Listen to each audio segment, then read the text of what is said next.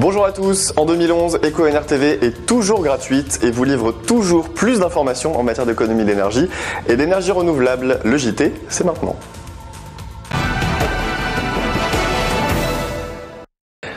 Une chaufferie biomasse à Saint-Denis, au nord de Paris. La première pierre a été posée fin décembre par Cofeli, une filiale du groupe GDF Suez. Alors la mise en service est prévue en octobre prochain.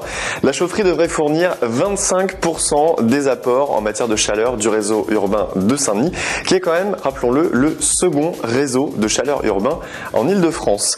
Et Cofeli d'ailleurs voit les choses en grand en matière de biomasse, puisqu'elle prévoit que cette ressource, en termes de consommation, devrait être multipliée par 10 d'ici à 2014. On a le temps de vérifier tout ça. Un coup de lifting maintenant pour la plus grande station hydroélectrique d'Éthiopie. Elle était restée 11 ans inactive suite à un effondrement causé par des imprévus géologiques. Mais tout ça n'est plus que de l'histoire ancienne. Elle est de nouveau opérationnelle grâce à l'Italie qui a financé le projet.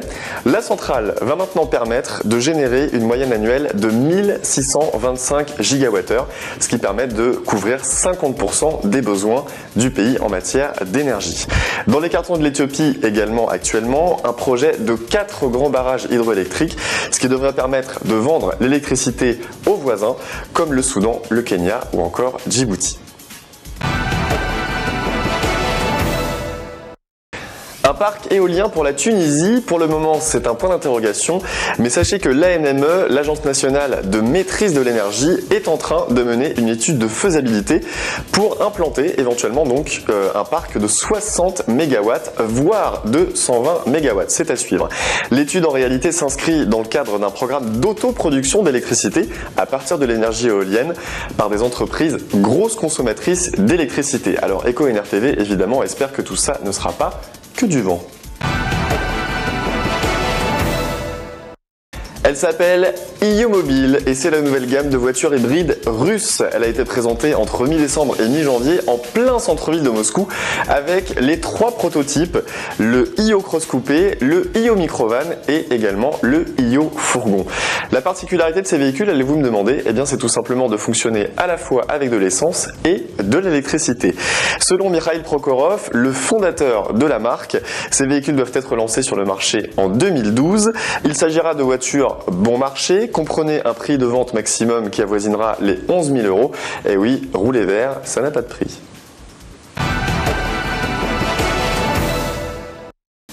« 258 éoliennes », c'est la nouvelle commande passée auprès de Siemens Energy par Warren Buffett, qui n'est autre que le big boss de la holding américaine Berkshire Hathaway. Il s'agit là précisément de réaliser dans l'état de l'Iowa un parc de turbines de capacité de 2,3 MW chacune, comprenez une puissance totale de près de 600 MW pour alimenter près de 190 000 foyers en électricité.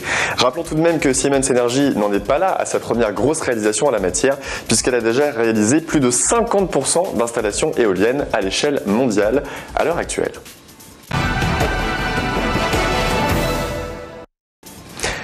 Un crochet par la Gironde maintenant avec un réseau de chaleur flambant neuf pour Jingo, l'écoquartier du lac de Bordeaux et très précisément un chauffage biomasse puisque Cofeli a signé avec Bouygues Immobilier tout récemment un contrat pour la création, la réalisation et la maintenance du dispositif. Il faut tout de même vous préciser que l'écoquartier Jingo compte 2200 logements et également des établissements publics tels que des établissements scolaires avec des besoins en combustible estimés à 4500 tonnes de bois.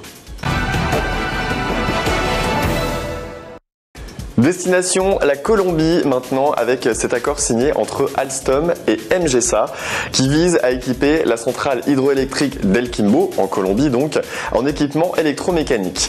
2 unités de 200 MW doivent être fournies par Alstom. La première devrait fonctionner en août 2014, la seconde en octobre de cette même année.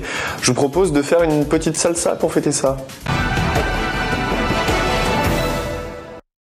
Voilà pour l'actu, on passe maintenant à tous vos agendas en matière d'économie d'énergie et d'énergie renouvelable, c'est maintenant.